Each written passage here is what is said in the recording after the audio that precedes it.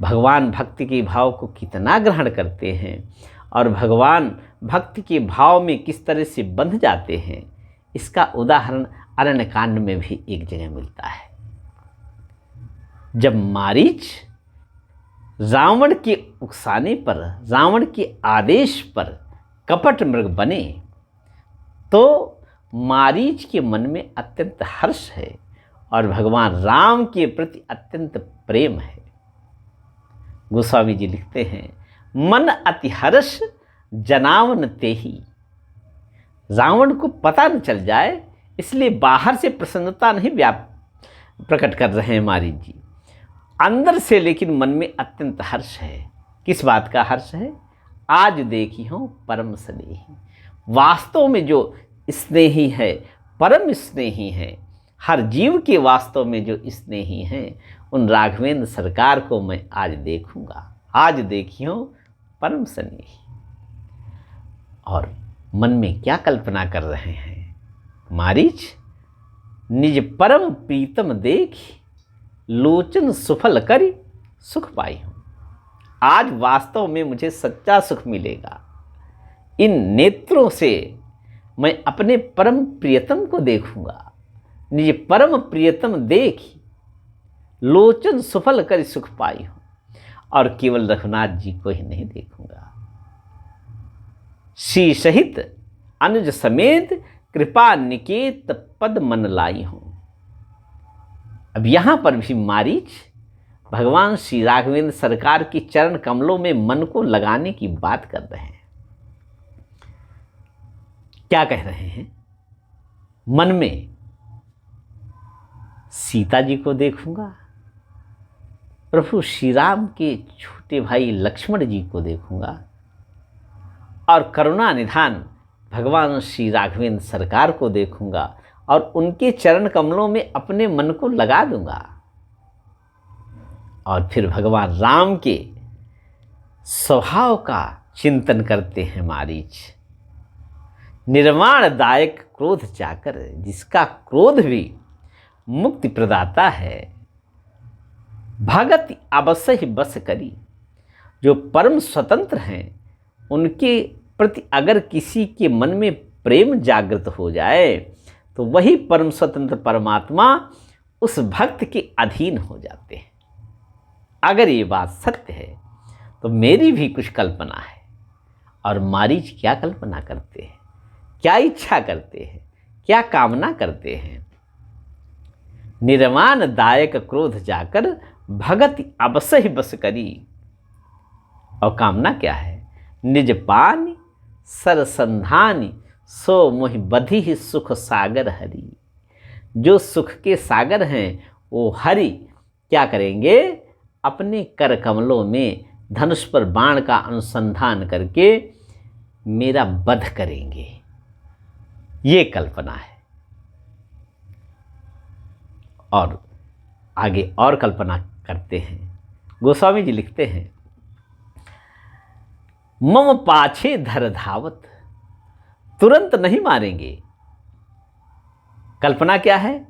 मेरे पीछे दौड़ेंगे, मैं आगे आगे दौड़ूंगा और राघवेंद्र सरकार पीछे पीछे दौड़ेंगे। मम पाछे धर धावत धरे सरासन बाण। धनुष पर बाण चढ़ाकर प्रभु श्री राम भद्र मेरे पीछे दौड़ेंगे और मैं वो आनंद लूंगा कि दौड़ते हुए राघवेंद्र सरकार धनुष पर बाण चढ़ाए मेरे पीछे आ रहे हैं। और फिर प्रभु बिलोकी हों। घूम घूम कर मैं बार बार अपने प्रभु श्री राम को देखूंगा। और मारीच ये जानते हैं कि आज मुझे मुक्ति मिलने वाली है, इसलिए कहते हैं मेरे समान धन्य कोई नहीं है। और जब तेहि बन निकट दसानन गयो तब का मारीच कपट मृग भयो। देखो, शरीर से कपट है लेकिन भाव से भक्ति भरी हुई है। भाव भक्ति से ओतप्रोत है। और जब सीता जी ने कहा, प्रभु सत्य संध प्रभु बध कर एही आनहु चर्म कहति बैदेही। जब सीता जी ने कहा कि इसका वध करके इसका चर्म ला लो, भगवान श्री राघवेंद्र सरकार चाहते तो इसी समय बाण निकालकर उसका वध कर देते, लेकिन मृग बिलो की प्रभु परिकर बांधा। पहले मारीच जो कपट मृग बने हुए थे उनको भगवान ने देखा और देखा कि ये मारीच है लेकिन कपट वेश में आए हैं। फिर अंतर्भाव को देखा और राघवेंद्र सरकार ने जब अंतर्भाव को देखा तो बस मारीच के हो गए। मारीच की हर कामना को पूर्ण करने के लिए भगवान राम अब परतंत्र हो गए। जो परम स्वतंत्र थे वो अब परतंत्र हो गए। क्यों? भाव बस्य भगवान, सुख निधान करुणा भवन।